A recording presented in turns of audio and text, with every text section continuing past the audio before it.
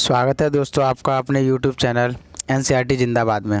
जैसा कि हम जानते हैं, हम पार्ट ए में पढ़ चुके हैं ग्लोब और अक्षांश देशांतर वाले चैप्टर में। उसका जो पार्ट ए है उसमें हम पढ़ चुके हैं अक्षांश तक, ठीक है। और आज हमारा टॉपिक है देशांतर रेखाएं। तो पहले हम उसका ओवरव्यू ले लेते हैं कि आज हम पढ़ने वाले क्या क्या हैं, ठीक है। और अगर पहला पार्ट अगर आपने नहीं देखा है, ठीक है ना, अध्याय 2 का अगर पार्ट ए नहीं देखा आपने तो उसे जाकर देख लीजिए, क्योंकि आज जो पढ़ाया जाएगा उससे काफ़ी रिलेटेड होगा, ठीक है। तो आज का जो ओवरव्यू है वो समझ लो, और जो पिछला जो हमने पढ़ा है उसका भी थोड़ा रिवीजन करा देता हूँ, तब हम लोग साथ में पढ़ेंगे तो ज़्यादा समझ में आएगा कि नहीं। तो जैसे हमने पिछले उसमें पढ़ा था, अक्षांश तक पहुँच चुके थे, अक्षांश ग्लोब अक्षांश पढ़ लिया था ना। आज रह गई है देशांतर। तो हमने देखो जब ग्लोब पढ़ा था तो ग्लोब के साथ अक्षांश और देशांतर दोनों रेखाओं के बारे में जिक्र किया था, मगर अक्षांश का पूर्णतः किया था, देशांतर का रह गया था, ठीक है। तो आज मैं पूरा पिछला भी करवाता हूँ रिवाइज। तो देखो क्या होता है, हमारी पृथ्वी पर कुछ काल्पनिक रेखाएं खींची गई हैं। जैसे उत्तर और दक्षिण होता है, ऐसे पूर्व और पश्चिम भी होता है, कन्फर्म यहाँ तक। उसके बाद क्या होता है, जैसे जो वृत्त होते हैं, कुछ जो विषुवत रेखा बताई थी मैंने आपको, वो विषुवत रेखा ऐसी काल्पनिक रेखा है जो पूरा वृत्त बनाती है, और वो वृत्त अपनी पृथ्वी को आधा आधा बांटता है। जैसे ऊपर का जो आधा वृत्त हो गया उसे बोलेंगे, जो एक प्रकार से हमारी पृथ्वी क्या है, ये क्या बताया था मैंने आपको, एक तरह से गोला मान के चलते हैं, लेकिन गोला है नहीं, गोला मान के चलते हैं, ठीक है। तो वो हुआ गोला। अब जो विषुवत रेखा जो गोला था, विषुवत वृत्त जो था, उसने आधी पृथ्वी ऊपर करी, आधी पृथ्वी नीचे करी, ठीक है। तो जो ऊपर वाला हिस्सा हुआ पृथ्वी का वो क्या हुआ, उत्तर का हिस्सा। जो नीचे वाला हिस्सा हुआ वो क्या हुआ, दक्षिण का हिस्सा, ठीक है। तो कहने का मतलब सिर्फ इतना है, जो पृथ्वी दो भागों में बांटी, किसने बांटे, विषुवत वृत्त ने, ठीक है। तो जो ऊपर वाला हिस्सा था वो हो गया उत्तरी गोलार्ध, ठीक है। और जो नीचे वाला वो हिस्सा हुआ पृथ्वी का वो हुआ दक्षिणी गोलार्ध, ठीक है। ऐसे ही जो विषुवत वृत्त बना हुआ उसी के समानांतर और भी वृत्त बनते चले जाते हैं ध्रुव की ओर, उत्तरी ध्रुव की ओर भी और दक्षिणी ध्रुव की ओर भी, दोनों तरफ बनते हैं। तो होता क्या है, वो जो ध्रुव की लंबाइयाँ होती हैं वो तो बिल्कुल शून्य होती है, क्योंकि ध्रुव क्या एक पॉइंट है, ठीक है। और पॉइंट की कोई लंबाई नहीं होती, लेकिन रेखाओं की लंबाई होती है, वृत्त की लंबाई होती है, ठीक है। तो जो विषुवत वृत्त से जो वृत्त चलते हैं बन बन के ध्रुव की ओर, तो उन वृत्तों की लंबाई धीरे धीरे कम होती चली जाती है, क्योंकि विषुवत वृत्त जो बना हुआ है पृथ्वी के सेंटर में बना हुआ है, फिर उससे छोटा बनता है, ऊपर कोई चलते जाते हैं ध्रुव की ओर तो और छोटा बनता है, लेकिन कौन से ध्रुव की ओर, एक उत्तर ध्रुव की ओर और एक दक्षिण ध्रुव की ओर चलते हैं, बिल्कुल राइट। ऐसे ही अब यहाँ पे होता क्या है, देखो अब इसमें जो मैंने अब पूरा तो क्या बताऊँ आपको, जैसे मकर रेखा, कर्क रेखा, शीतोष्ण शीत, ठीक है ना, और उष्णकटिबंध, ये सारी चीज़ें बता चुका हूँ। तो वो आप पीछे जाके देख लेना, जितनी आज ज़रूरत है मैं उतने का ओवर रिव्यू कर रहा हूँ, ठीक है। तो देखो अब ऐसे ही समझ लो, अब देशांतर में क्या होता है। इसमें क्या था, उत्तर बिंदु से दक्षिण बिंदु को मिलाने वाली रेखाएँ थी। क्या पागलो, हाँ क्यों कर रहे हो, गलत बोला करो, अगर गलत मैं बोल रहा हूँ तो बोला करो कि हाँ सर नहीं सर आपने गलत बोल दिया। मैं यही देखता हूँ तुम लोग पढ़ते भी हो, ध्यान से नहीं पढ़ते हो। उत्तर को दक्षिण से नहीं, पूरब को पश्चिम से मिलाएंगे। अब समझ में आया, जो पूरब को पश्चिम से और पश्चिम से पूरब को जो मिलाती हैं वही तो वृत्त होते हैं, विषुवत वृत्त। क्योंकि सेंटर पॉइंट पृथ्वी का ध्यान करो, मैंने क्या बताया था आपको, जैसे ये पृथ्वी है, ये पश्चिम हो गया, ये पूरब हो गया, ये उत्तर हो गया, ये दक्षिण हो गया, ये दक्षिण, ठीक है। तो विषुवत वृत्त इस तरीके से ही तो थे, तो पश्चिम ये, पूरब ये, ठीक है। अब इसी प्रकार ऐसे चलती थी, ऐसे। अब ये रेखा सिर्फ इतनी नहीं है, ये रेखाएं इस तरीके से हैं, ऐसे ऐसे, मतलब ये पृथ्वी के पूरे तरफ सब तरफ पूरे एक गोला सा बनाए हुए हैं अपना अपना, ठीक है ना, जिसकी लंबाई ध्रुव की ओर जाते हुए कम हो जाती है। ध्रुव कहाँ पे है, ध्रुव होता है जैसे ये है, तो उत्तरी ध्रुव ये है यहाँ पे बिल्कुल सेंटर पॉइंट ऊपर, ठीक है, बिल्कुल ऊपर, और एक ये है नीचे। तो ये वाला हो गया उत्तरी ध्रुव, ये हो गया दक्षिणी ध्रुव। ये सारी चीज़ें बता चुका हूँ आपको, ठीक है। तो ध्रुव की ओर जाते हुए जो अक्षांशीय वृत्त होते हैं उनकी लंबाई कम होती चली जाती है, ठीक है। लेकिन अब देशांतर रेखाएं क्या होती हैं, अब जैसे ये थी पश्चिम से पूर्व की ओर मिल रही थी, ऐसे देशांतर होती हैं वो उत्तर से दक्षिण की ओर मिलती हैं। समझ में आ गया, उत्तर से दक्षिण या दक्षिण से उत्तर, कुछ भी मान लो, यानी दक्षिण और उत्तर ध्रुव को मिलाती हैं ये रेखाएं, वो होती हैं देशांतर रेखाएं, ठीक है। होता क्या है, जैसे अब इसमें क्या था, जो अक्षांशीय वृत्त थे इसमें ये किसी से कनेक्ट नहीं हो रहे थे, सारे के सारे चलते जा रहे थे ऊपर ऊपर ऊपर ऐसे जाकर और शून्य हो जाते थे। लेकिन इसमें क्या है, ये कनेक्ट होंगी, ये जो होंगी ये लाइनें होंगी, देशांतर रेखाएं होंगी, ये देशांतर वृत्त नहीं बनाएंगे, ये रेखाएं होंगी। जैसे ये हो गया उत्तर ध्रुव, ये हो गया दक्षिण ध्रुव, तो एक रेखा यहाँ से निकलेगी यहाँ मिलेगी आके, दूसरी फिर यहीं से निकलेगी लेकिन टेढ़ी होके आएगी, या फिर मिलेगी यहाँ से, फिर आएगी तीसरी, ये ऐसे ऐसे और ऐसे 360 लाइनें निकलेंगी और 360 आगे उत्तर से निकलेंगे और दक्षिण में आकर मिल जाती हैं कन्फर्म, जो कि अलग अलग अंश की मानी अलग अलग अंश में मापी जाएंगी। लेकिन ये अंश कैसे मापे जाएंगे, जो अक्षांशीय जो वृत्त थे या रेखाएं थी उन्हें कैसे मापते थे, जैसे 20 डिग्री पर है तो हम कैसे नापते थे, या तो उत्तर में हो गया दक्षिण में तो लिखते थे 20 डिग्री उत्तर अक्षांशीय रेखा। अब इसे कैसे लिखेंगे, 20 डिग्री उत्तर देशांतर रेखा, ठीक है, या देशांतरीय रेखा, इस तरीके से लिखेंगे, ठीक है। अब होता क्या, देखो इतना समझ में आ गया आपको, ठीक है। अब जैसे इसमें क्या था, विषुवत वृत्त की जो लंबाई थी वो घटती जाती थी, लेकिन इसमें इनकी लंबाई नहीं घटेगी, लेकिन इनके बीच की जो दूरी होगी, एक देशांतरी रेखा से दूसरे देशांतरी रेखा की जो बीच की दूरी होगी वो कम बढ़ होती जाएगी किसी किसी अंश पर। जैसे ध्रुव की ओर जाएंगे तो कम होती चली जाएगी, लेकिन बीच में सब समानांतर होंगी, ठीक है, इस तरीके से। अब देखो इतना जब हम पढ़ लेंगे उसके बाद हम पढ़ेंगे कि जो सूरज, पृथ्वी और चंद्रमा की, मतलब चंद्रमा से हम सेंस लगाने के बाद कैसे अपने टाइम का पता करते हैं और हमारे यहाँ जो टाइम चलता है वो कैसे होता है, ठीक है, मानक समय क्या है, जीएमटी क्या, आईएसटी क्या, ये सारी चीज़ आज हम कवर करेंगे। तो कहने का मतलब ये आज का जो हमारा चैप्टर है बहुत ही ज़्यादा इंपॉर्टेंट होने वाला है, हर किसी दृष्टि से देख लो आप, चाहे आईएएस, पीसीएस, कोई से भी कॉम्पिटिटिव एग्जाम से देख लो, बहुत, ठीक है, बहुत इंपॉर्टेंट है। अब हम शुरू करते हैं चैप्टर को, ठीक है। अब आपको पता लग गया होगा कितना ज़्यादा आज हमें पढ़ना है।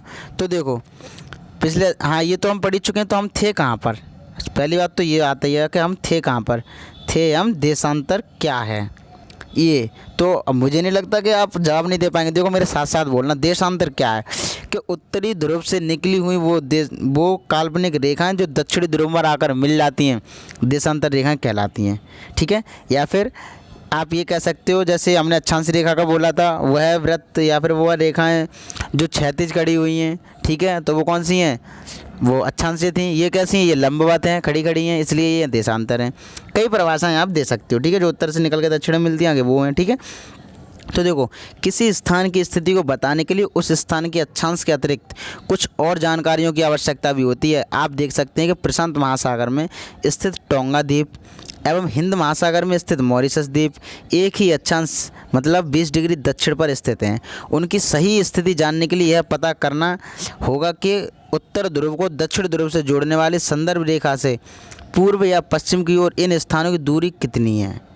समझ में आया, मतलब देखो कहने का तात्पर्य क्या है, जैसे हम लोग ये तो जानते हैं कि हाँ भाई उत्तर में है या दक्षिण में है, लेकिन अब ये बताओ उत्तर तो पूरा बहुत बड़ा है ना, आधा गोला ही उत्तर का है और आधा गोला पृथ्वी का और दक्षिण का है।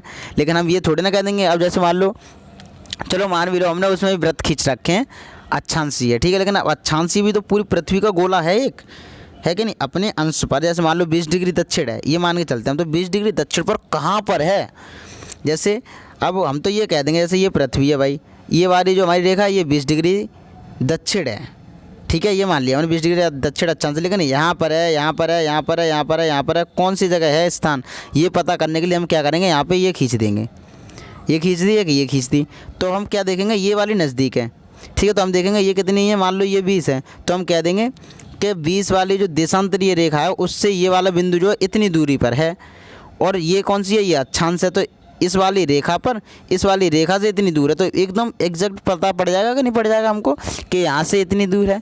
इसलिए हमें इन दोनों रेखाओं की आवश्यकता होती है, ठीक है। तो इस संदर्भ में रेखाओं को देशांतरीय यामोत्तर कहते हैं। मतलब अब जो अभी तक हम जो आपको बता रहे थे देशांतरीय रेखाएं, अक्सर असलियत में उनको क्या बोलते हैं, देशांतरीय यामोत्तर बोलते हैं, ठीक है। जैसे जो अक्षांश रेखा थी, जो अक्षांश कौन से होते हैं, अक्षांश मैंने आपको क्या बताया था, जो विषुवत वृत्त होता है उसके समानांतर खींचे गए सारे वृत्त अक्षांशीय वृत्त या फिर उन लाइनों को अक्षांशीय लाइन या अक्षांशीय रेखाएं कहते हैं, ठीक है। लेकिन जो बिल्कुल बीच में खींचा होता है वो कौन सा होता है, विषुवत, जिसकी क्या होती है, अंश क्या होता है उसका 0 डिग्री होता है। ऐसे ही देशांतरीय यामोत्तर का भी क्या होता है, एक 0 डिग्री का होता है, जिसे हम प्रमुख यामोत्तर बोलते हैं, ठीक है। अब उस प्रमुख याम उत्तर के जितने भी समानांतर लाइनें खींची होंगी उन्हें क्या बोलेंगे हम? देशांतरीय रेखा या फिर देशांतरीय याम उत्तर। बिल्कुल सेम उससे ही का रिलेट करो, ठीक है, उसी की तरह है। अब देखो उनके बीच की दूरी को देशांतर के अंशों में मापा जाता है। मैंने आपको बताया था जैसे उसे नापते हैं 20 डिग्री उत्तर अक्षांश, ऐसे इसे नापेंगे 20 डिग्री उत्तर देशांतर, ठीक है। मतलब अक्षांश की जगह देशांतर अंशों में नापेंगे इसको, ठीक है। प्रत्येक अंश को मिनट में तथा मिनट को सेकंड में विभाजित किया जाता है। ये भी हम पिछले में पढ़ चुके हैं, पिछले उसमें पार्ट ए में, कि जैसे अब मान लो कोई भी ये अंश है तो उसे पहले हम मिनट में करेंगे, ठीक है, फिर मिनट से सेकंडों में विभाजित कर लेंगे आवश्यकता अनुसार। ये अर्धवृत्त हैं तथा इनके बीच की दूरी ध्रुवों की तरफ बढ़ने पर घटती जाती है। मैंने आपको ये बता दिया, देखो सब पहले से बता रखा है मैंने, इसलिए कि आपको समझ में आता रहे सही सही। देखो उसमें क्या था, वृत्त खींचे हुए थे पूरे पूरे, ठीक है। इसमें क्या था, लाइनें थी जो उत्तर से निकल के ध्रुव और दक्षिण ध्रुव पर आकर मिल जाती थी। तो कहने का तात्पर्य ये अर्धवृत्त ही तो हुए, मतलब लाइनें हुई एक उत्तर से दक्षिण तक। अगर उत्तर से जाकर लौटकर फिर उत्तर में जाकर मिल जाती तो कौन से, तो ये पूरे वृत्त होते, ठीक है ना। लेकिन ये कैसे हैं, उत्तर से आते हैं दक्षिण में मिल जाते हैं, फिर दक्षिण से निकलता है उत्तर में जाकर मिल जाता है, यानी आधे वृत्त हैं, ठीक है, जिनकी जो लंबाई होती है वो ध्रुवों की तरफ जाकर घटती जाती है। मैंने बताया था आपको, ध्रुवों की तरफ बढ़ने पर घटती जाती है एवं ध्रुवों पर जाकर शून्य हो जाती है। और जो ध्रुवों पर जो लंबाई का वो होता है वो कौन सा होता है, प्रमुख याम्योत्तर, ठीक है, जहाँ सभी देशांतरी याम्योत्तर आपस में मिलते हैं। बिल्कुल वहीं जो ध्रुव होता है वहीं पे तो सारे जाके मिलते हैं, तो वहाँ पे कौन सा होता है, प्रमुख याम्योत्तर होता है, जिसकी डिग्री कितनी होती है, 0 यानी 0 डिग्री। तो कोई पूछे आपसे प्रमुख याम्योत्तर की डिग्री कितनी है, तो 0 डिग्री, ठीक है। अक्षांश रेखाओं से भिन्न सभी देशांतरीय याम्योत्तर की लंबाई समान होती है। बिल्कुल, जैसे देशांतरीय क्या थी, उनकी लंबाई समान तो थी नहीं, लेकिन समानांतर दूरी पर थे और समानांतर थे। समानांतर का मतलब ये थोड़े नहीं है कि उतनी बराबर होंगी, नहीं, समानांतर का मतलब ये होता है उन सभी रेखाओं में समान अंतर होगा, उतनी उतनी दूरी पर होगी, यही तो होता है। लेकिन इसमें क्या है, अक्षांश रेखाओं से भिन्न सभी देशांतरीय याम्योत्तरों की लंबाई समान होती है, मतलब जो भी लंबाई होगी वो समान होगी, लेकिन उनके बीच की जो दूरी होती है वो घटती और बढ़ती जाती है। ध्रुवों की तरफ जाओगे तो घटती जाती है, ठीक है, ये याद रखेंगे हम। इसलिए इन्हें सिर्फ मुख्य संख्याओं में व्यक्त करना कठिन था, सिंपल सी बात है। इसलिए इनमें मुख्य जो संख्याएँ होती हैं उसमें कहाँ तक करेंगे, इसलिए इन्होंने डिग्रियों वगैरह में किया था, ठीक है। तभी सभी देशों ने निश्चय किया कि ग्रीनिच, जहाँ ब्रिटिश राज की वेधशाला स्थित है। अब देखो है, अब मतलब इसे कहाँ तक करते भाई, कौन कौन से स्थान है, कहाँ कहाँ क्या, मतलब इसलिए उन्होंने सभी देशों ने देखा कि काम करते हैं, ये जो लाइन गुजर रही है प्रमुख याम्योत्तर, उसे ग्रीनिच एक जगह है, ग्रीनिच में एक वेधशाला है, ठीक है। ग्रीनिच जो है इंग्लैंड में है, ठीक है, वहाँ से निकलती है ये वाली जो प्रमुख याम्योत्तर है, उसको वहीं से लिया गया है, ठीक है ना। वहाँ से वो लाइन खींच के जो कि प्रमुख याम्योत्तर कहलाती है। जैसे आप देखो, मैं पूरा पढ़ता हूँ एक बार में समझ में आएगा, ठीक है। कि तभी सभी देशों ने निश्चय किया कि ग्रीनिच, इसे इंग्लिश में बोलते हैं ग्रीनविच, ठीक है, ग्रीनिच, जहाँ ब्रिटिश राजकीय वेधशाला स्थित है। ब्रिटिश राजकीय वेधशाला मतलब जो इंग्लैंड में एक वेधशाला है, ठीक है ना, वहीं मतलब ग्रीनिच में ही एक वेधशाला स्थित है, वहीं से जो गुजरती है एक याम्योत्तर, ठीक है, वहीं से गुजरने वाले याम्योत्तर से पूर्व और पश्चिम की ओर गिनती शुरू की जाती है। वहाँ से जो मतलब एक याम्योत्तर गुजरती है, मैंने बताया था ना अभी, एक काल्पनिक रेखा खींची गई है। जैसे देखो ये दिख रही होगी आपको, ये जो दिख रही है ना, ये वाली, ये प्रमुख याम्योत्तर है, ये अब हमें पता है ये हमारी पृथ्वी का प्रतिरूप है, तो मान लो यहीं कहीं हमारा ग्रीनविच है इस जगह पे, तो ये यहीं से होकर गुजर रही है लाइन, तो हमने इसे ग्रीनिच, मतलब सारे देशों ने ये किया कि भाई ठीक है यहीं से कर लेते हैं, ठीक है। इसलिए सारे देशों की पूरी सहमति के अनुसार ही हुआ है ये सब कुछ, ठीक है ना। हाँ, तो देखो अब से गुजरने वाले याम्योत्तर से पूर्व और पश्चिम की ओर गिनती शुरू की जाए, तो जो ग्रीनविच वाली लाइन थी वहाँ से गिनती शुरू की गई, पूर्व की तरफ भी गिनती शुरू की गई और पश्चिम की ओर भी गिनती शुरू की गई, ठीक है। हाँ, तो इस याम्योत्तर को क्या कहते हैं, प्रमुख याम्योत्तर। जो ग्रीनविच पर जो याम्योत्तर है, मतलब जो देशांतरी रेखा है, उसे क्या बोलते हैं, प्रमुख याम्योत्तर, जिसका मान कितना है, 0 डिग्री देशांतर। बताया था ना मैंने आपको भी, 0 डिग्री। तथा यहाँ से हम 180 डिग्री पूर्व चल लें या 180 डिग्री पश्चिम चल लें, दोनों तरफ गणना की जाती है, ठीक है। तो मतलब कितने होगा, 180 और 180 कितने याम्योत्तर हो गए, 360 याम्योत्तर। मतलब अगर कोई ये पूछे कि देशांतर रेखाओं की संख्या कितनी होती है, तो 360, ठीक है, क्योंकि 180 पूर्व 180 पश्चिम हो गए ना 360, ठीक है। अब देखो, हाँ, याम्योत्तर मिलकर प्रमुख याम्योत्तर तथा 180 याम्योत्तर मिलकर पृथ्वी की दो समान भागों यानी पूर्वी गोलार्ध और पश्चिमी गोलार्ध में विभक्त करते हैं। जैसे विषुववृत्त था, वो दूसरी में दो उसमें करता था, मतलब एक उत्तरी गोलार्ध में और एक पूर्वी गोलार्ध दक्षिणी गोलार्ध दो में करता था।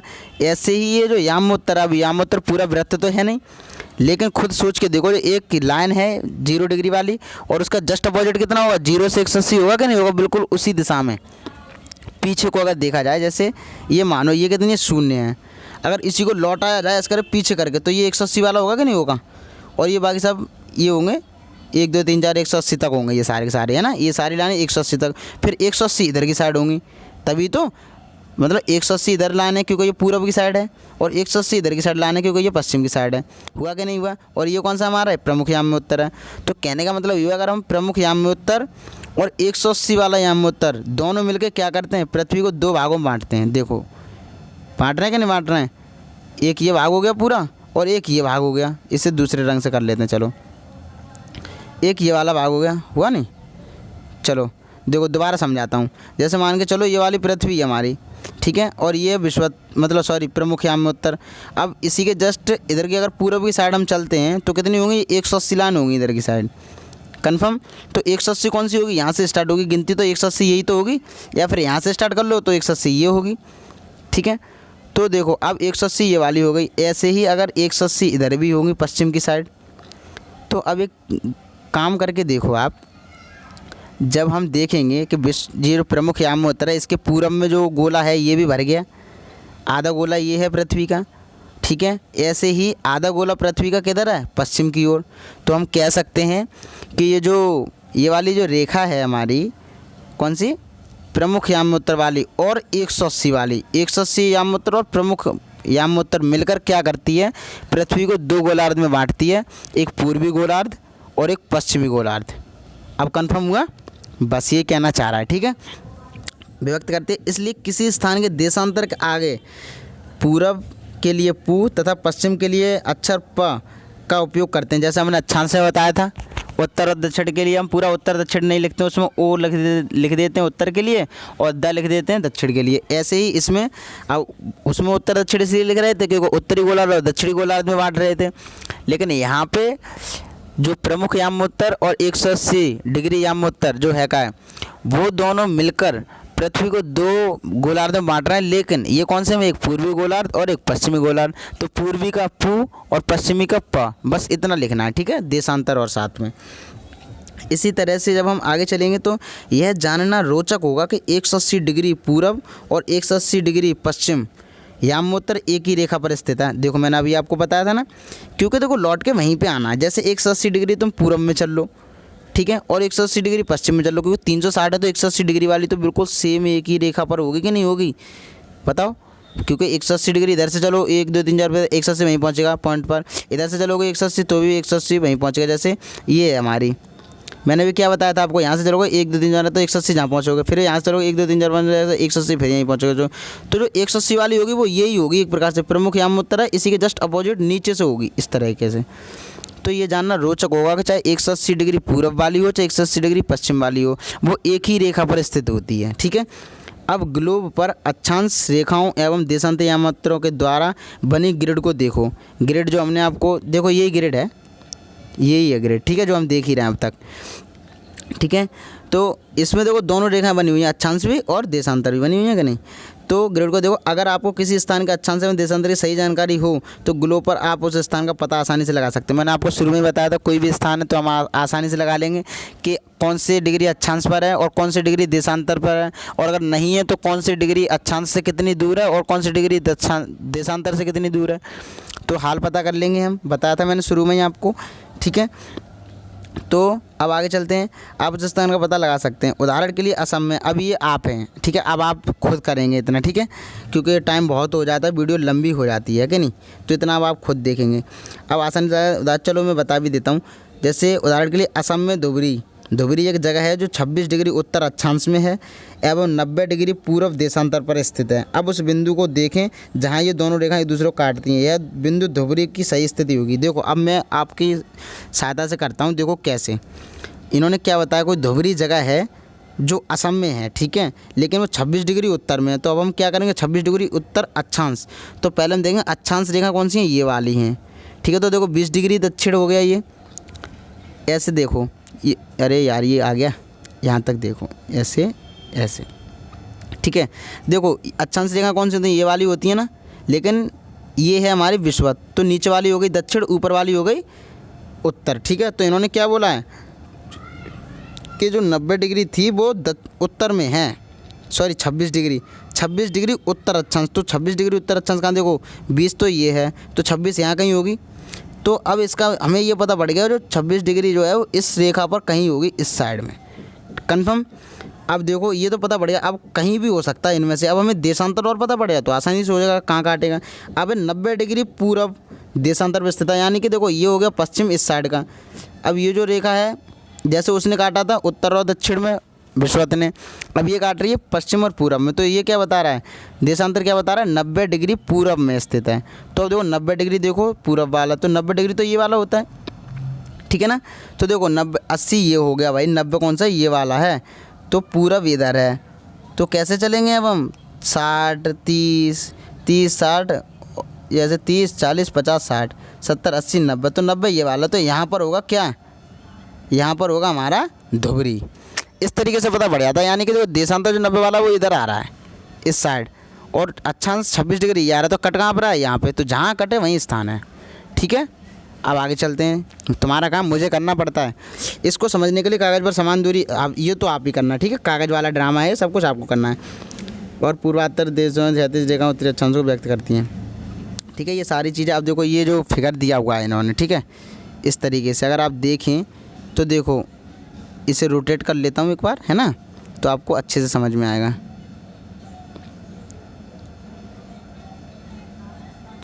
देखो ये ऐसे ये है, ठीक है। अब देखो अगर आप इसे देखोगे तो देखो ग्रीनविच कहाँ है लाइन, ग्रीनविच ये लाइन है, दिख रही है, ग्रीनविच ये लिखा है, देखो ग्रीनविच, ठीक है। तो ये जो ग्रीनविच लाइन है इससे देखो अगर हम चलेंगे तो ये हो गया आगे वाला सिस्टम, ये हो गया पीछे वाला सिस्टम। तो इधर के ये आगे वाले देश हैं, ये जो पीछे वाले देश हैं। अब इससे पता है एक और चीज़ होती है जो मैं आपको आगे बताने वाला हूँ, यहाँ से समय निर्धारण होता है।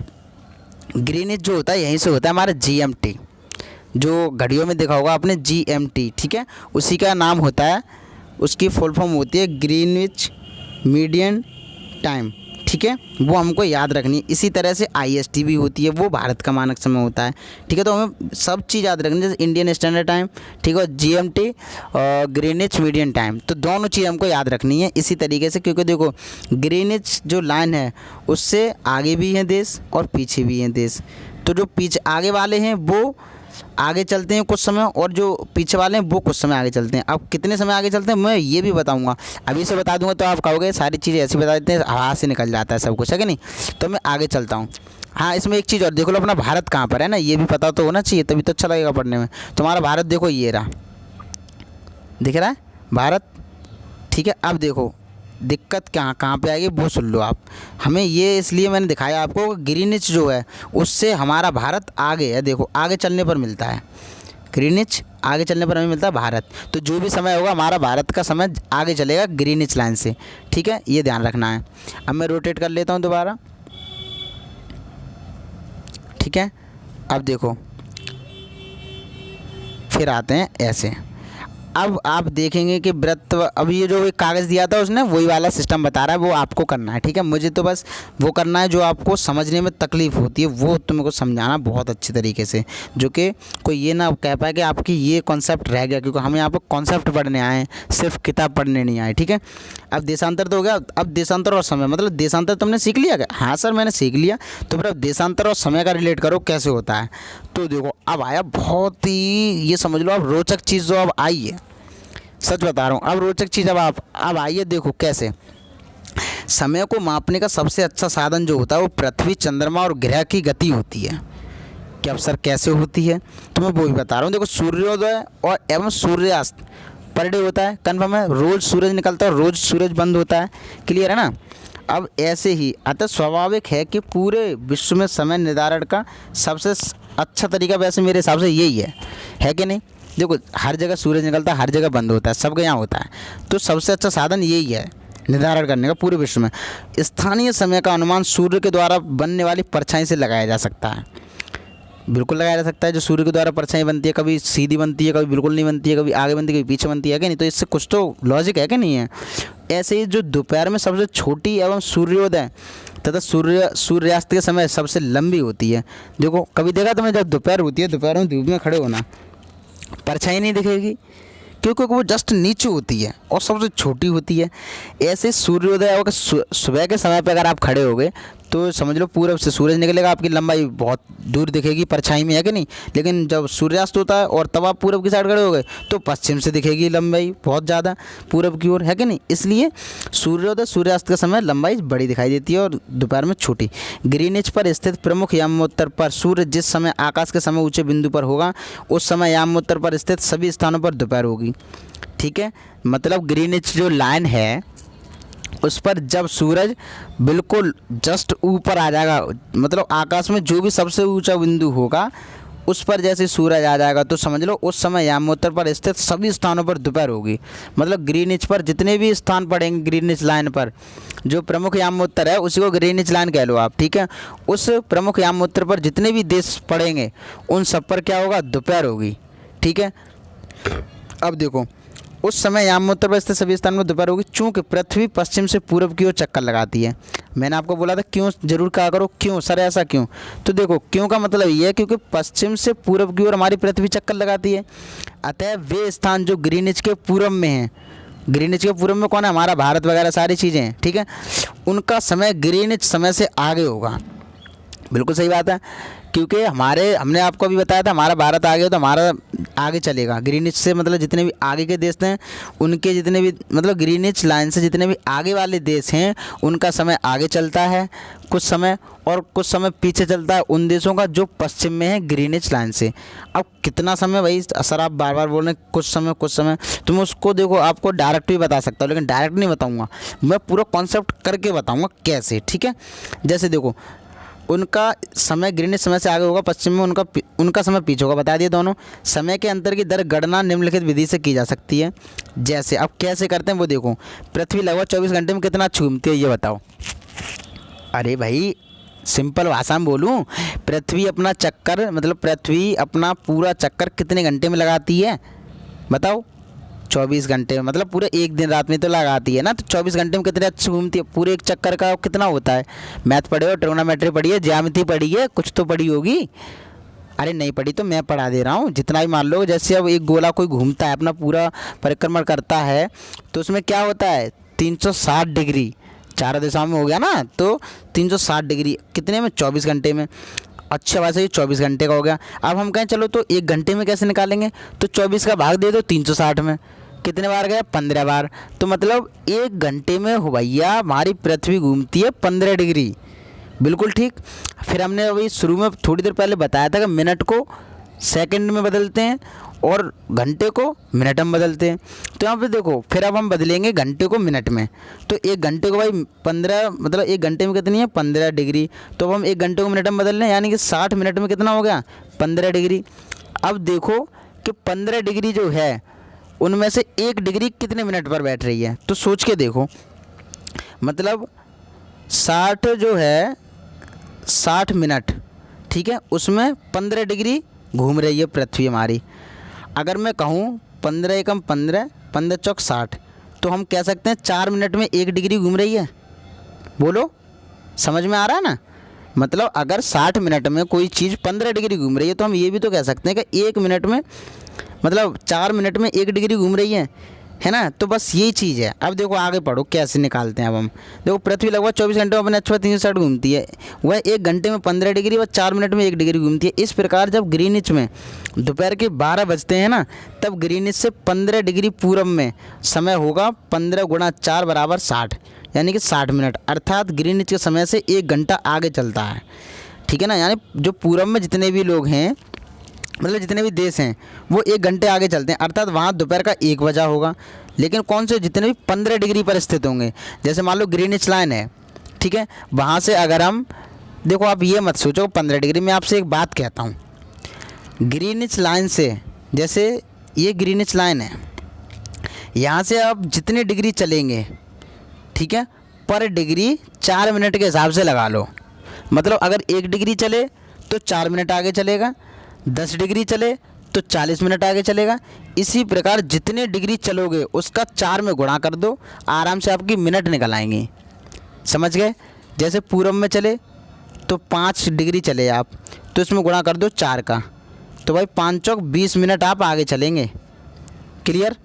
ऐसे मान लो आप, जैसे ये है ग्रीनिच लाइन, इससे आप चले 15 डिग्री आगे, तो 15 का 4 में कर दो तो 60 मिनट हो गई, तो मतलब 1 घंटा आप आगे चलेंगे। इसी तरह जैसे ग्रीनिच लाइन है, इससे अगर आप पश्चिम में चलते हैं तो चीज़ वही है, इधर प्लस होती थी यानी आगे चलते थे, इधर क्या है हम पीछे चलेंगे। जैसे 5 डिग्री पीछे आया पश्चिम में, ठीक है, तो आप 5 डिग्री का 4 में गुणा कर दो, मतलब 20 डिग्री पश्चिम, लेकिन पीछे किससे? ग्रीनिच टाइम से आप 20 मिनट पीछे चलेंगे। कन्फर्म? बस यही चीज़ है और कुछ नहीं है। अब आगे चलें हम। अब देखो, जैसे अब कहने का मतलब ये, जैसे मान लो ग्रीनिच पर 12 बज रहे हैं, ठीक है, तो अपने भारत में कितना बजेगा? तो अब हमें क्या पता होना चाहिए कि हमारा जो भारत है उसकी डिग्री क्या है, यही तो पता होनी चाहिए कि नहीं। तो मैं आपको बता दूं, जो अपना जैसे ये ग्रीनिच लाइन है, तो हमारा भारत पूरब की साइड में ये पड़ता है 82.5 डिग्री पर, ठीक है, कितने? 82.5 डिग्री। अब जो 82.5 डिग्री का हम निकालेंगे तो क्या है मतलब इसका? 82.5 डिग्री का है 82 डिग्री और 30 मिनट। समझ में आया? तो जब हम निकालेंगे तो इसका कितना होगा? देखो, इसका जब निकालेंगे हम 82 डिग्री का, तो 4 में गुणा इसका करो पहले, तो कितना हुआ? 4 दूनी 8, 4 अट्ठे 32, मतलब 328 मिनट ये हो गए, 30 मिनट ये। जब जोड़ेंगे तो टोटल निकलता है हमारा 5.5 घंटा। समझे? 5.5 घंटा हमारा भारत चलता है आगे। क्यों चलता है? क्योंकि हमारे जो भारत की स्थिति है, हमारे जो भारत की मानक यामोत्तर जो रेखा है ना, वो 82.5 डिग्री पर खींची गई है। ठीक है, बस ये समझ के चलो आप। किसी भी स्थान पर जब सूर्य आकाश में अपने उच्चतम बिंदु पर होता है दोपहर में, उस समय घड़ी में दिन के 12 बजते हैं। कन्फर्म? मतलब जैसे ये मान लो किसी भी स्थान पर सूर्य जब उच्चतम बिंदु पर होगा तो दोपहर में उस घड़ी में सुबह के मतलब दिन के 12 ही तो बजते हैं। इस प्रकार घड़ी के द्वारा दिखाया गया समय उस स्थान का स्थानीय समय होगा। ठीक है, अब देखो, स्थानीय समय और मानक समय में अंतर, ये भी तो हमें पता होना चाहिए। तो स्थानीय समय वो समय है जो हमारे स्थान के हिसाब से बनाए जाते हैं। जैसे हमारे भारत में स्थानीय जो वो है मतलब मानक जो हमारे भारत की वो 82.5 डिग्री पर है, तो हम उसी के हिसाब से तो चलते हैं। लेकिन अभी हम मानक के हिसाब से चलें, जो ग्रीनिच है उसके हिसाब से चलें, तो हमें 5.5 घंटा जोड़ना पड़ेगा, है कि नहीं? लेकिन हम क्या करते हैं, अपने स्थानीय समय से चलते हैं, जितने हमारे भारत में बज रहे होते हैं। ठीक है, तो वो चीज़ है। अब देखो, अब आते हैं हम आगे। दिखाया उस समय स्थानीय समय होता है, आप देख सकते हैं देशीय देशांतरी यामोत्तर पर सभी स्थानों का स्थानीय समय समान है, बिल्कुल। ठीक है, हम मानक समय क्यों मानते हैं? अलग अलग यामोत्तर पर स्थित स्थानों के स्थानीय समय में अंतर होता है। कन्फर्म बात है, अलग अलग यामोत्तर पर स्थित स्थानों के स्थानीय समय में अंतर होता है। क्यों? अभी कोई यही पूछ ले आपसे, अभी तो इसने बताया है कि अलग अलग यामोत्तर पर स्थित सभी स्थानों के स्थानीय समय में अंतर होता है। और अभी हम आपसे ये पूछ लें कि अलग अलग यामोत्तर पर स्थित स्थानों के स्थानीय समय में अंतर क्यों होता है? तो आप कहेंगे क्योंकि हर यामोत्तर पर हर स्थान की डिग्री अलग होती है और हर डिग्री के अनुसार उसमें 4 का गुणा करने पर टाइम अपने आप पता पड़ता है। ठीक है, इसलिए टाइम में अंतर होता है। बिल्कुल ठीक। अगर ये चीज़ समझ में नहीं आए तो मुझे बता देना, समझ लो आप। ठीक है, कमेंट करके बता देना, मैं आपको खुद लाइव आकर पढ़ा दूंगा, अलग से एक रूम क्रिएट करके। लेकिन समझ के चलो, क्योंकि ये चीज़ पीसीएस में इसके इतने सारे क्वेश्चन आ चुके हैं, मैं आपको दिखाऊंगा। जिस दिन इसके 5 चैप्टर क्लियर होंगे ना, उस दिन मैं आपको पीसीएस और आईएएस के क्वेश्चन कराऊंगा, आपको दिखाऊंगा कि कितने क्वेश्चन आते हैं यहाँ से। ठीक है, अब देखो, उदाहरण के लिए बहुत से देशांतरों से होकर गुजरने वाली रेलगाड़ियों के लिए समय सारणी तैयार करना कठिन होगा। मतलब अब ये कह रहा है, ये बताओ हमें मानक समय क्यों मतलब मानना होता है, क्यों ज़रूरी है? तो उसके लिए बता रहा है कि देखो, बहुत से देशांतरों से होकर गुजरने वाली रेलगाड़ियों के लिए समय सारणी तैयार करना कठिन होगा। क्योंकि भाई देखो, किसी देशांतर पर कोई समय होगा और किसी देशांतर पर कोई समय होगा। तो अब थोड़े ना ये मान लो जो रेलवे वाले होंगे वो टाइम सेट थोड़े ना करते रहेंगे। तो उन्होंने क्या किया कि एक स्थानीय समय का निर्माण किया, तो उससे क्या हुआ, स्थानीय समय का पता पड़ा। लेकिन अब ट्रेन की बात आ जाए तो वो तो देशांतर वहाँ पे ही चलती है। जैसे मान लो देशांतर रेखा होती है, उसको भी पार करते हुए जाती है। उस जगह पे हमें वो मान लो पता पड़ता है 24 घंटे वाला।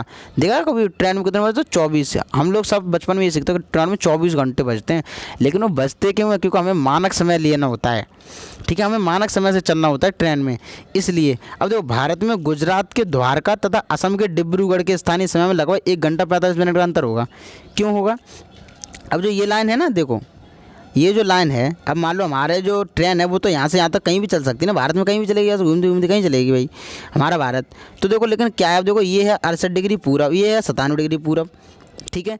तो अब आप एक बात बताओ, यहाँ पे समय अलग होगा क्योंकि 68 डिग्री पूरब है, तो इसमें वाल 4 का गुणा करके देखो, इसका समय अलग होगा, और 97 डिग्री पूरब इसका समय अलग होगा। तो क्या ट्रेन का अपना ये भाई समय बदलती रहेगी, क्योंकि ये देशांतर रेखाएँ तो हैं हमारे भारत में, 2 देशांतर रेखाएँ गुजरती हैं, एक ये वाली और एक ये वाली।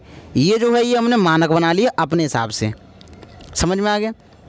तो यही चीज़ है। अब देखो, तो उन्होंने क्या किया कि इस वाली रेखा से ये वाली जो है 1 घंटा 45 मिनट का अंतर होता है इन दोनों में, इसलिए यह है आवश्यक है कि देश के मध्य भाग से होकर गुजरने वाली किसी यामोत्तर के स्थानीय समय को देश का मानक समय माना जाए। इस यामोत्तर रेखा के स्थानीय समय को पूरे देश का मानक समय माना जाता है। भारत में 82 डिग्री, अब देखो मतलब अभी जैसे मान लो रेल यहाँ पे है, ठीक है, ट्रेन हमारी यहाँ पर है और यहाँ से यहाँ पे आई, तो भैया 1 घंटा 45 मिनट का अंतर हो गया। तो अब फिर वो कहेगा यार इतनी लेट को से हो गए, इसलिए उन्होंने ये कहा कि एक काम करो, बीच में एक यामोत्तर खींचो और उस पर जो समय होगा वो पूरे भारत में होगा, जिससे कोई भेदभाव नहीं रहे किसी के बारे में टाइम में, ठीक है। इसलिए उन्होंने क्या किया, जो 82.5 डिग्री पूरब पर एक लाइन खींची। अब ये मत सोचना ये पूरब क्यों है, क्योंकि भाई ये लाइन है तो यहाँ से पूरब ये होना चाहिए, ये पश्चिम होना चाहिए, ऐसा कुछ नहीं है। ये सारे पूरब हम देख रहे हैं ग्रीनिच लाइन से, तो ग्रीनिच लाइन से हमारा पूरा भारत ही पूरब में पड़ता है, समझ में आ गया? इसलिए अब देखो यहाँ तक समझ में आ गया कि मानक समय क्यों चाहिए, क्योंकि मानक समय से हमारे देश में देश का मतलब समय का भेदभाव ना रहे कि इस वाले गुजरात में अलग और असम में दूसरा, इसलिए क्योंकि असम और गुजरात में 1 घंटे 45 मिनट का अंतर हो जाएगा। इसलिए क्या किया, भारत देश में बीच में एक यामोत्तर खींचा काल्पनिक, और उस पर जो समय होगा वही समय पूरे भारत में माना जाएगा, ठीक है। तो 82 डिग्री पूरब यानी 82 डिग्री 30 मिनट पूरब को मानक यामोत्तर माना गया है। तो मतलब मानक यामोत्तर अपने भारत का कितना है, 82 डिग्री 30 मिनट। ये देखो ये क्वेश्चन कई बार आ चुका है, ठीक है, याद रखना। इस यामोत्तर के स्थानीय समय को पूरे देश का मानक समय माना जाता है, बिल्कुल क्लियर। मतलब इस यामोत्तर के स्थानीय समय को, मतलब इस यामोत्तर पर जितने भी स्थान होंगे उस पर जो समय हो रहा होगा वो पूरे भारत का मानक समय माना जाएगा, ठीक है। इसे भारतीय मानक समय से नाम से जाना जाता है। मतलब भारतीय मानक समय कितना है, 82 डिग्री 30 मिनट, ठीक है, ये इस पर स्थित है। कबीर भोपाल के, अब ये देखो पढ़ने वाली चीज़ है, कबीर भोपाल के निकट एक छोटे से नगर में रहता है। वह अपने मित्र आलोक से कहता है कि वे लोग आज रात्रि में नहीं सो पाएंगे। भारत एवं इंग्लैंड के बीच एक ये मतलब एक तथ्य है जो आपको माइंड लगाना है इसमें, है कि नहीं? तो अभी आपको माइंड लगाना है जैसे, और इसमें कुछ रोचक तथ्य भी है, जैसे भारत ग्रीनविच के पूरब, ठीक है ना, जैसे भारत ग्रीनविच के पूरब में 82 डिग्री 30 पे स्थित है तथा यहाँ का समय ग्रीनिच समय से 5 घंटा 30 मिनट आगे चलता है, बिल्कुल सही है। इसलिए जब लंदन में दोपहर के 2 बजे होंगे तब भारत में समय के 7:30 बजे होंगे। अब बताओ ऐसा क्यों, ये भी समझ में नहीं वाली बात है कि नहीं? तो जब लंदन में 2 बजे होंगे तब भारत में शाम के 7:30 बजे होंगे, ऐसा क्यों? तो मैं आपको बता दूँ, जो ग्रीनिच लाइन थी वो लंदन में ही तो है। अब लंदन से हमारा भारत कितनी दूर है, 82.5 डिग्री। अब जोड़ो, ग्रीनिच तो भाई वहीं के वहीं हो गया, मतलब जो ग्रीनिच पे टाइम होगा वो लंदन में टाइम होगा, कंफर्म, क्योंकि ग्रीनविच जो लाइन है उसी पर लंदन स्थित है, ठीक है। तो वहाँ से हमारे भारत की जो दूरी है वो 82.5 डिग्री दूरी है। तो ग्रीनविच पे जो टाइम होगा वो तो लंदन में टाइम होगा, लेकिन 82.5 डिग्री के हिसाब से अगर हम देखें तो 5.5 घंटा हम उससे आगे चलते हैं। तो 2 बजे से 5.5 घंटे अगर हम आगे करते हैं तो 7:30 बज जाते हैं, ठीक है। इसलिए हमारे देश में 7:30 बजेंगे और लंदन में 2 बजेंगे, ठीक है। तो कुछ देशों का देशांतरीय विस्तार अधिक होता है, जिसके कारण वहाँ एक से अधिक मानक समय अपनाए गए हैं। उदाहरण के लिए रूस में 11 मानक समयों को अपनाया गया है। पृथ्वी को एक घंटे वाले 24 समय क्षेत्रों में बांटा गया है। इस प्रकार प्रत्येक समय क्षेत्र 15 डिग्री देशांतर के क्षेत्र को घेरता है। मतलब जैसे मान लो हमारा भारत तो इतना कि भाई उसमें एक मानक समय काम कर गया, कोई दिक्कत नहीं है, लेकिन रूस का क्षेत्रफल कितना बड़ा है, तो वहाँ पे ऐसे जो हमारे में यहाँ 82.5 डिग्री की एक लाइन खींची गई है, ऐसे ही वहाँ पे 11 लाइन खींची गई हैं पूरे रूस में, ठीक है। अब देखो क्वेश्चनों पर आते हैं। अब बताना एक एक क्वेश्चन जो मैं ये देखूंगा आप पे आता है कि नहीं आता है और आप हिला पाओगे कि नहीं ला पाओगे। देखो पृथ्वी का सही आकार क्या है, पहले पार्ट में बताया था मैंने आपको। पृथ्वी का सही आकार क्या है, भू आव या दीर्घवृत्ताकार। क्लियर। ग्लोब क्या है, पृथ्वी का प्रतिरूप, बताया था।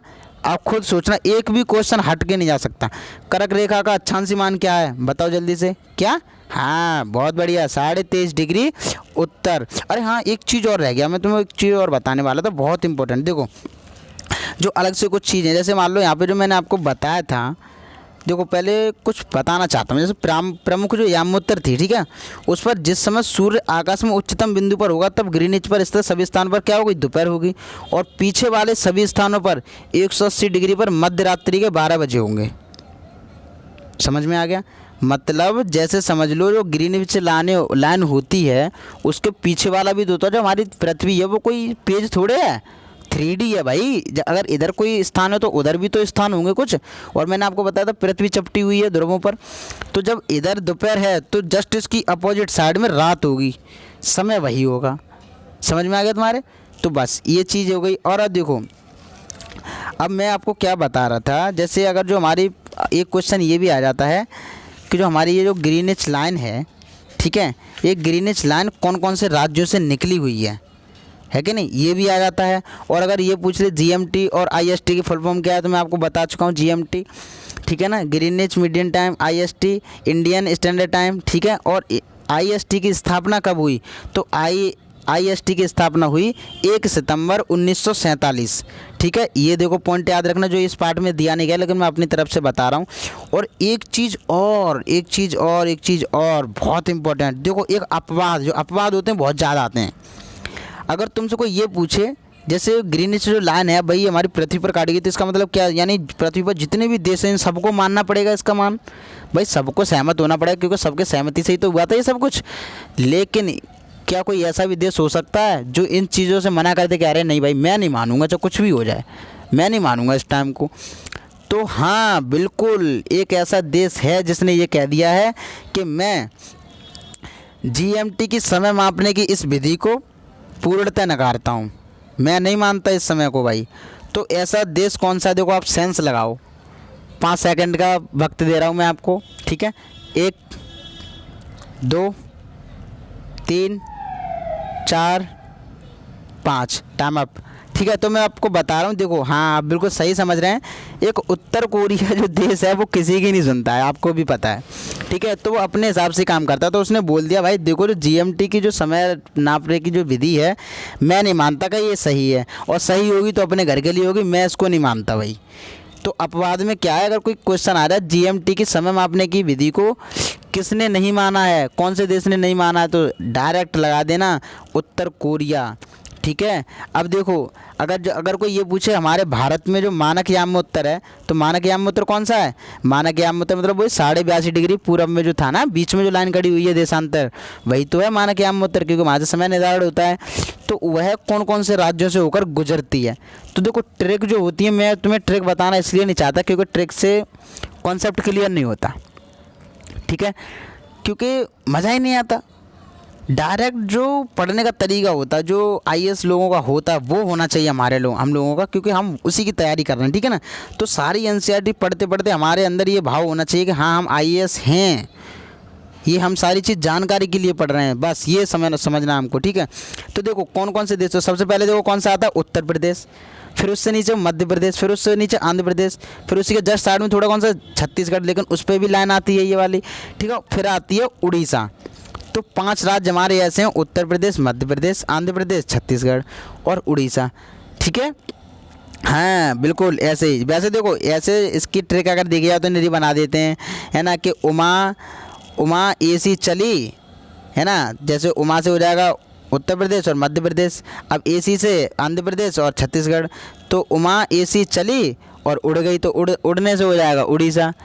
तो ये सारी चीज़ें मज़ा नहीं देती ना, मतलब ये उन लोगों के लिए है जो थोड़ा नर्वस टाइप के होते हैं, जिन्हें आता नहीं है कुछ या फिर थोड़ा वैसे रह जाते हैं ना, उनके लिए है जो ट्रिक वगैरह। हम लोग जो हैं स्टैंडर्ड होना चाहिए हमारा, हमें खुद पता होना चाहिए, हमको कभी ये नहीं लगना चाहिए कि हम होशियार नहीं है, हमें ये पता होना चाहिए हम अच्छे हैं, बहुत अच्छे हैं और हम खुद में IAS हैं, तभी हम बन पाएंगे। ठीक है, अब देखो ये क्वेश्चन, अगर इन क्वेश्चन में से कोई भी ऐसा क्वेश्चन हो जो आपको समझ में नहीं आ रहा हो तो सिर्फ आप क्वेश्चन का नाम लिखना और मेरे पास भेज देना। ठीक है, अब देखो इसमें बहुत सारी ऐसी चीज़ें जो सब कुछ दे दी गई है इसमें, देखो। ठीक है, अगर कोई क्वेश्चन है तो मैं देख लेता हूँ जो नहीं दिया गया हो। भारत का मानव में जीरो मेथड, देखो सब कुछ दे दिया यार, इसमें कुछ है ही नहीं। और जो नहीं दिया वो मैंने आपको बता ही दिया कि देशांतरों की कुल संख्या कितनी होती है, तो मैंने आपको बता दिया 180 इधर 180 उधर, तो कितनी हो गई 360। ठीक है, और तो कुछ है ही नहीं। चलो ठीक है दोस्तों, फिर आज हम बाय करते हैं और आप अपना ख्याल रखिए और पढ़ते रहिए, बिंदास रहिए। ठीक है, और अपने हेल्थ का विशेष ध्यान रखिए क्योंकि बिना हेल्थ के कुछ नहीं है। चलो ठीक है, थैंक यू सो मच। और चैनल को लाइक सब्सक्राइब नहीं किया हो तो कर लीजिए जल्दी से, क्योंकि हम यहाँ पे 1 से लेकर 12 तक के NCERT, उसके बाद IAS का पूरा सिलेबस पढ़ने वाले हैं। ठीक है दोस्तों, bye bye, thank you so much.